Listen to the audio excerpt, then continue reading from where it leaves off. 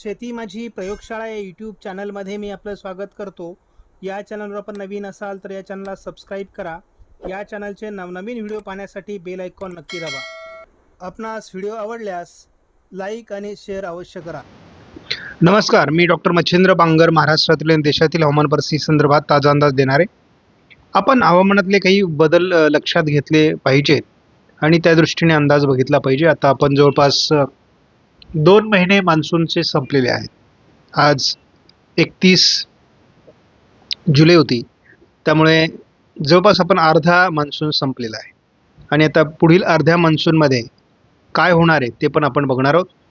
समोरील उपग्रही छायाचित्रामध्ये आपण बघतो की अजूनही कोकण किनारपट्टी किंवा थोडं नाशिक पश्चिम आणि उत्तर महाराष्ट्राच्या तुरळक भागामध्ये पावसाळी वातावरण आहे. अजून देखील डिप्रेशन अस्तित्वात आहे, त्यामुळे हवामानामध्ये पहिलं असं डिप्रेशन आपल्याला बघायला मिळालं मान्सूनच्या कालावधीमध्ये, जे बंगालच्या उपसागरात तयार झालं आणि अगदी अरबी समुद्राच्या किनारपट्टी भागापर्यंत ते पोहोचलेलं आहे. अजूनही हे 31 जुलैला अस्तित्वामध्ये आहे आणि त्यांनी आता विदर्भाच्या अंतर्गत भागातून ते बाहेर पडून मध्य प्रदेशच्या पश्चिमी भागामध्ये त्याची एंट्री होणार आहे. त्याने मध्य प्रदेशचा पूर्व भाग सोडलेला आहे आणि विदर्भातून ते टर्न घेतल्यामुळे विदर्भातील पावसाची परिस्थिती, मराठवाड्यातील पावसाची परिस्थिती, उत्तर महाराष्ट्रातील पावसाची परिस्थिती आणि या ठिकाणचा दुष्काळ या सिस्टमने संपवलेला आहे. आपण या ठिकाणी बघतो की 1 जून ते 31 जुलै दरम्यान जो पाऊस झालेला आहे त्या पावसाचा परिणाम आपल्याला समोर दिसतोय. विदर्भ, मराठवाडा या ठिकाणचा दुष्काळ या परिस्थितीमध्ये संपलेला दिसतोय आणि जे डिप्रेशन महाराष्ट्रावर येऊन गेलं त्या डिप्रेशननी परिस्थिती पूर्ण बदललेली आहे. मात्र तरी देखील आपल्याला 2 गोष्टी या ठिकाणी बघायच्या आहेत, ते म्हणजे नंदुरबार, हिंगोली, बीड, सोलापूर आणि सिंधुदुर्ग हे 5 जिल्हे अजूनही दुष्काळी आहेत. त्या पाठोपाठ आपल्याला असं दिसतंय की जालना जिल्ह्यामध्ये 18% मायनस परिस्थिती असल्यामुळे या ठिकाणी देखील आपल्याला दुष्काळी परिस्थितीच्या खूप जवळ, म्हणजे 1-2 दिवसामध्ये जर पाऊस उघडला तर या ठिकाणी सुद्धा रेड कलर येणार आहे, म्हणजे ही सुद्धा 20%च्या पुढे जाईल. याचाच अर्थ असा होतो की अजूनही 5 ते 6 जिल्ह्यांमध्ये परिस्थिती गंभीर आहे. पुढे मात्र विदर्भातील परिस्थिती खूप सुधारलेली आहे. छत्रपती संभाजीनगर आणि बुलढाणा हे 2 जिल्हे अतिरिक्त पावसामध्ये आलेले आहेत. नाशिक, पालघर, मुंबई आणि पुणे असे जवळपास 6 जिल्हे, 5 ते 6 जिल्हे आपल्याला अतिरिक्त पावसाचे दिसतात. म्हणजे एकीकडे 6 जिल्हे आपल्याला कमी पावसाचे, तर दुसरीकडे 6 जिल्हे अति पावसाचे, अशी सुद्धा आपल्याला परिस्थिती बघायला मिळते. आपण आकडेवारी जर बघितली तर कोकण गोव्यामध्ये आता 102% पाऊस दिसतोय, तर मध्य महाराष्ट्रामध्ये 120% पाऊस आहे. ज्या मराठवाड्यामध्ये आपल्याला 38 ते 40% घट होती त्या ठिकाणी आता केवळ 8%ची घट राहिलेली आहे.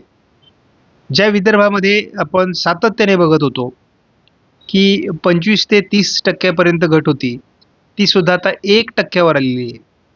आणि एकूण महाराष्ट्रामध्ये आज रोजी 106% पाऊस झालेला आहे.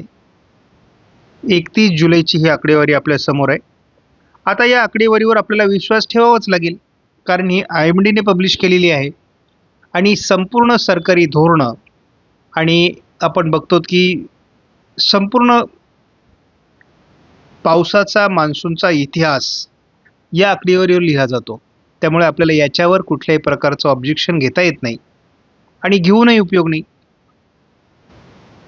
मात्र उद्यापासून पावसाचा खंड हलक्या स्वरूपात सुरू होईल. 5 तारखेपर्यंत स्थानिक वातावरण राहील, त्यानंतर त्याची तीव्रता वाढेल आणि साधारणपणे पुढे पुढे तो वाढत जाईल.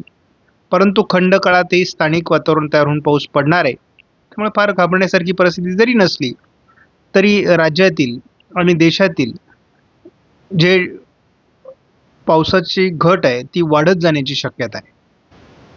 आपण सुरुवातीला देशाच्या प्रतिमेवर नजर जर टाकली तर आपल्याला 94% पाऊस हा पूर्ण मान्सूनच्या कालावधीमध्ये सेंट्रल इंडियामध्ये पडेल असं सांगितलेलं आहे. आज मात्र आपल्याला या ठिकाणी 33% पाऊस जास्त आहे. म्हणजेच 31 जुलैला हा पाऊस 133% आहे, हे लक्षात घ्या. त्यामुळे पुढे कितीही पावसामध्ये खंड पडले तरी देखील सेंट्रल इंडिया हा सरासरीपेक्षा जास्त पावसाचा राहण्याची शक्यता आहे. कारण आता यापुढे या बाजूने आणि या बाजूने देखील या ठिकाणी कमी दाब येणार आहे, परतीचा पाऊस होणार आहे. त्यामुळे सरासरीपेक्षा जास्त पाऊस हा सेंट्रल इंडियामध्ये नोंदला जाणार हे निश्चित आहे.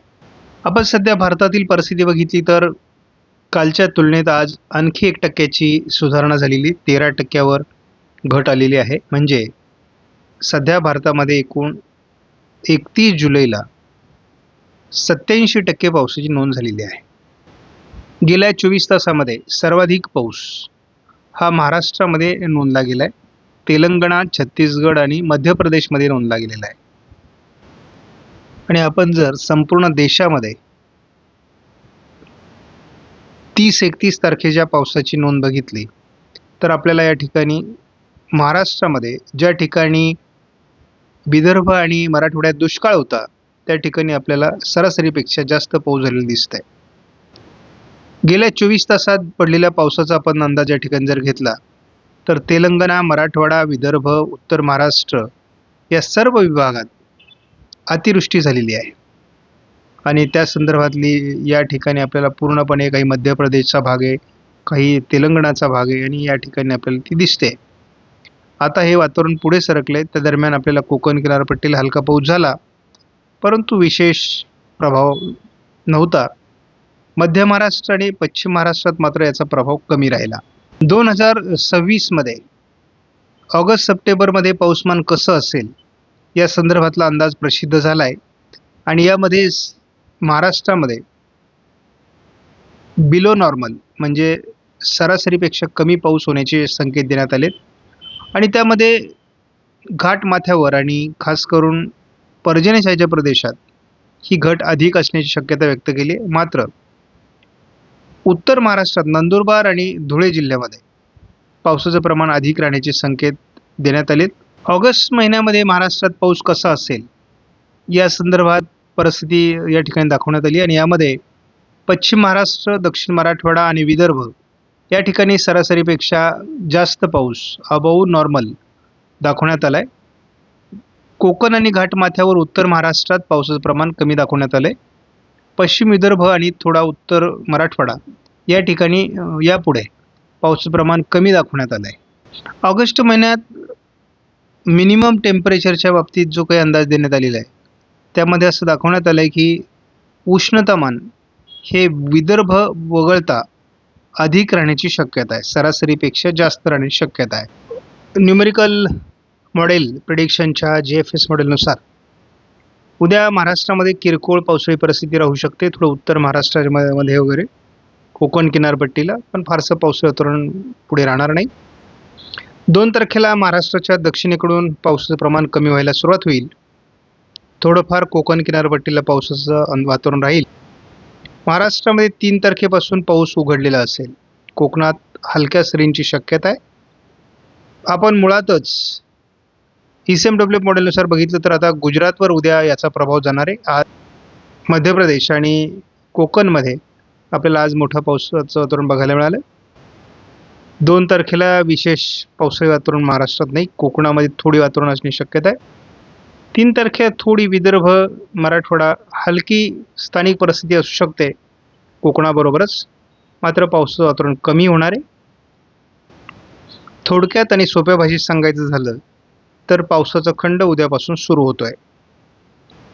3 तारखेपर्यंत आपण जर अंदाज घेतला तर केवळ कोकण किनारपट्टीला पावसाची शक्यता आहे. मराठवाडा, विदर्भात तुरळक ढगाळ परिस्थिती, हलक्या शिडकाव्याची शक्यता आहे. त्यामुळे पुढील 3 दिवस फारसं पावसाळी वातावरण नाही. आपण मॉडेलनुसार बघितलं तर आपल्याला थोडं कोकण किनारपट्टीला पावसाळी वातावरण दिसते. उर्वरित महाराष्ट्रात पावसाचा खंड सुरू होतोय, त्यामुळे विशेष पावसाची नोंद कुठे उद्या होणार नाही. 2 तारखेला हलकी पावसाळी परिस्थिती ठिकठिकाणी होण्याची शक्यता आहे. थोडं बुलढाण्यामध्ये असू शकते किंवा बीडमध्ये असू शकते, अहिल्यानगरला असू शकते, पश्चिम महाराष्ट्रात असू शकते. त्यामुळे थोडं स्थानिक वातावरण 2 तारखेला निर्माण होण्याची शक्यता आहे. 3 तारखेला देखील चांगल्यापैकी वातावरण पश्चिम महाराष्ट्र, पूर्व मराठवाडा, विदर्भातील काही जिल्हे, बीडपर्यंत तयार होण्याची शक्यता आहे, अगदी दक्षिण कोकणापासून. त्यामुळे स्थानिक वातावरणापलीकडे फारसं वातावरण नाही आहे. त्यामुळे आपण पावसाचा खंडाचा प्रभाव हा सुरू होतोय आणि त्यामुळे यापुढे पुन्हा एकदा पावसाची घट वाढत जाईल, हे लक्षात घ्या. आणि पावसाचा खंड हा जवळपास 15 दिवसाचा असण्याची शक्यता आहे. किरकोळ स्थानिक वातावरण पिकांना जीवदान देणारं येत राहील, परंतु मोठे पाऊस दरम्यानच्या काळात होणार नाही. आपणास व्हिडिओमधील माहिती महत्त्वपूर्ण वाटल्यास लाईक करा, शेअर करा, चॅनलला सबस्क्राईब करा. धन्यवाद. जय हिंद, जय महाराष्ट्र, जय बळीराजा.